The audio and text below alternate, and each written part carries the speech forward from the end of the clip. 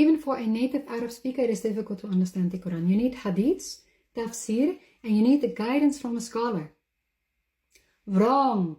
That is the problem. You think that understanding the Quran is the end goal.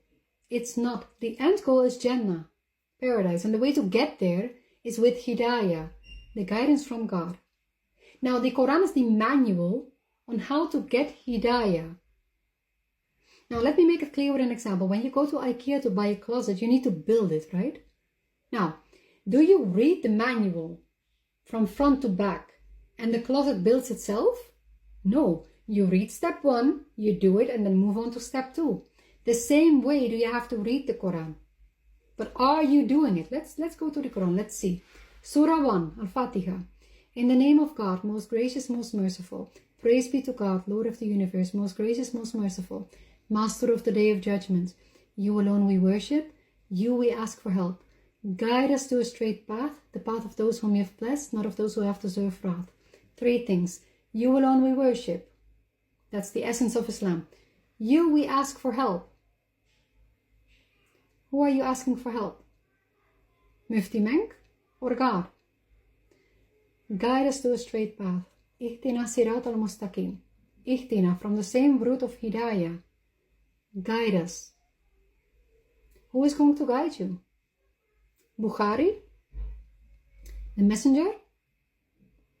No one can guide you except God. So, how many things are you already violating from the first 7 verses of the Quran? How are you going to expect that you're going to understand the rest? But let's keep reading. Surah 2, Al-Baqarah. This is the book in which there is no doubt, a guidance for the righteous, those who believe in the unseen and establish the salat and give from what we have provided them. Those who believe in what was revealed to you and what was revealed before you, and in the hereafter they are certain. These are upon guidance from their Lord, and these are the successful. Close the book. These are upon guidance. Why do you keep reading them? How many verses did I read? 7 plus 4, 11 verses. And I already know how to get the guidance. So what did you not understand? Let's see how many things you are doing or not doing from these few verses from the 2nd chapter. The book in which there is no doubt. God says the Quran is an explanation of all things. And you say, no, it's not. It doesn't explain Salat, doesn't explain Hajj, doesn't explain Zakat, doesn't explain Ghusl. Guidance for the righteous, yes, but not enough. It's not enough for guidance. You need other things to be guided.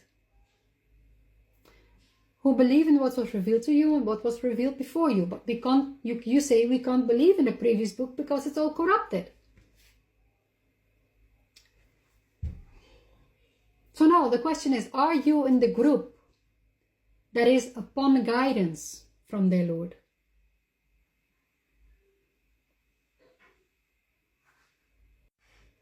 Now, how did that happen?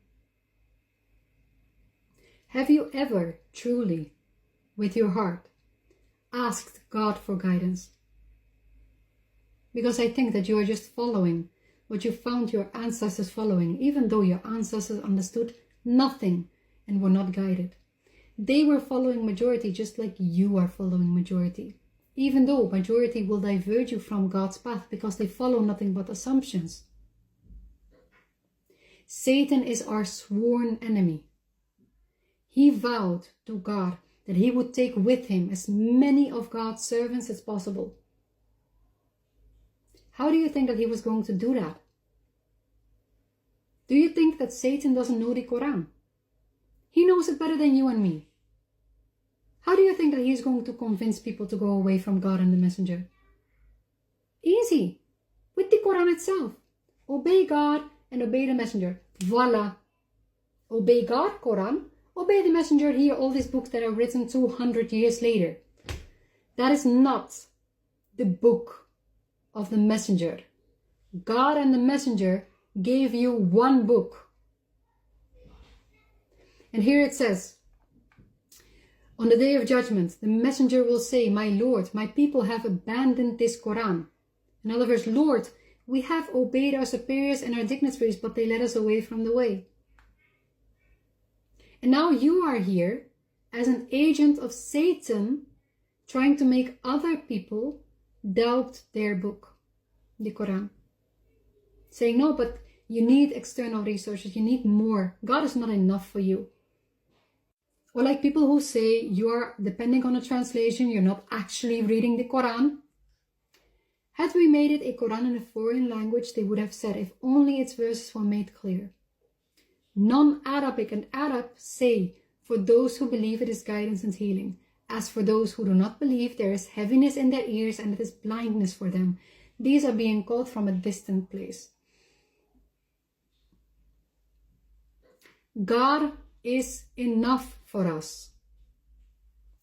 No matter what example you come with, what hadith you bring me, what tafsir, whatever you come with, God provided me with the truth and a tafsir better than yours.